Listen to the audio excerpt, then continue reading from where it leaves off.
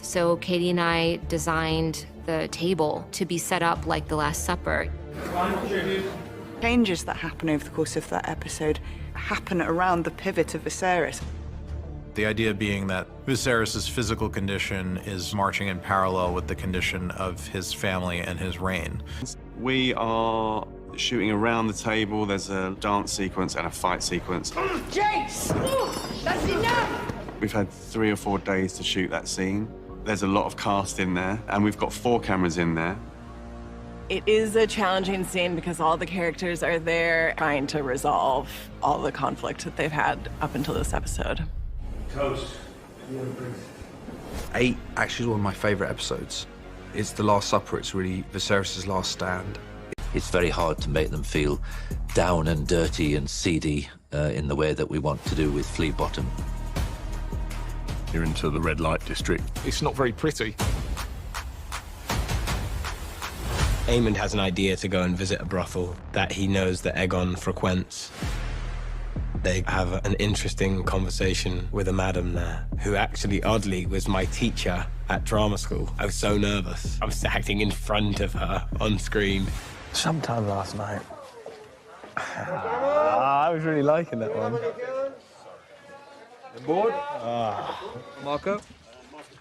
And the whole time I was thinking, like, oh, I just shouldn't have done that.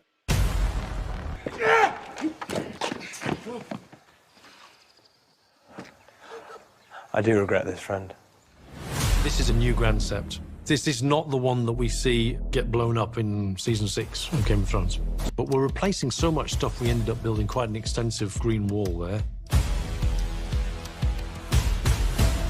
When we arrived in Spain and I saw those steps and that plaza, I don't know, it made me think of Romeo and Juliet. I just got obsessed with those steps and how could we choreograph something on them. So we plan on a sword fight. I enjoyed doing that side of things anyway. All the physical stuff like that, I think, is all good.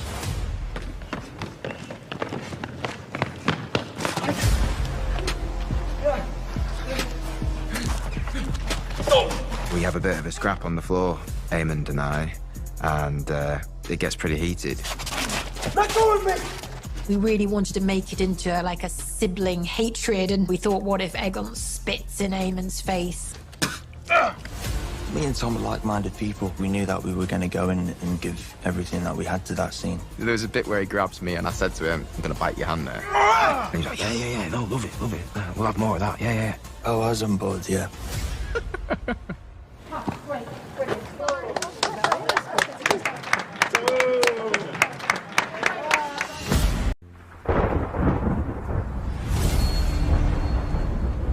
This is the joy of this series, I think, is that there are so many different sets and different architectural styles. We wanted to give those final 10 minutes of the show a particular look. Nine patch coming off, that gives some real chances. You got a moment, then the thing, and then you grab it, scoop it down. When we're producing ancient monuments interiors with stone walls, it's a more tricky element to do convincingly. Is it going to make sense? And you put an image up there and you stand in the middle and look around and you kind of go, oh, yes, I can see how this is going to work. Go home, pup. And tell your mother that the Lord of Storm's End is not some dog that she can whistle up at need to set against her foes. The key, really, to... Then it becomes a dragon chase, a dragon fight. It's really about getting, a more accurate, computer-controlled hydraulic buck that can move faster. And then you've got quite a lot of roll left to right as well, Dom. But still safely. It's about finding ways in which you can composite your actors from this buck onto the back of a dragon and it feel believable. It's really about the interaction that these different surfaces have with the wind and the rain. We spent days shooting the actors for the final battle in the volume on the motion base, and what made it really interesting is we shot it in wind and rain and smoke. This was new to us, shooting in the volume. We were all very careful about how we shot in the volume. It's a very expensive space, and so you don't really want to keep covering it in smoke. You don't want to be getting them wet too much either. So that we talked a lot about, you know, how we could do all the physical things that our series demands. We have lots of atmospheric texture. We talked a lot about how to do that in the volume, and I think we overcame a lot of things.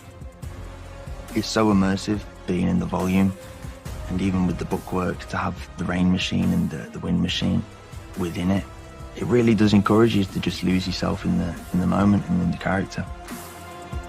It was really cool going onto it, being lifted up, because you actually get lifted up and you feel like you're, you know, flying in the sky. It was really great fun. How does it feel to watch a CG version of yourself? It's been amazing.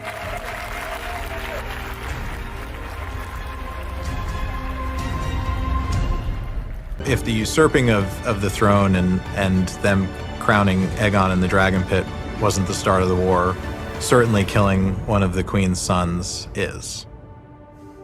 I think anyone who is wronged like Aemond was and has his eye taken out, you're gonna feel some sort of hatred, whether it's subconsciously or consciously, towards the person who did it.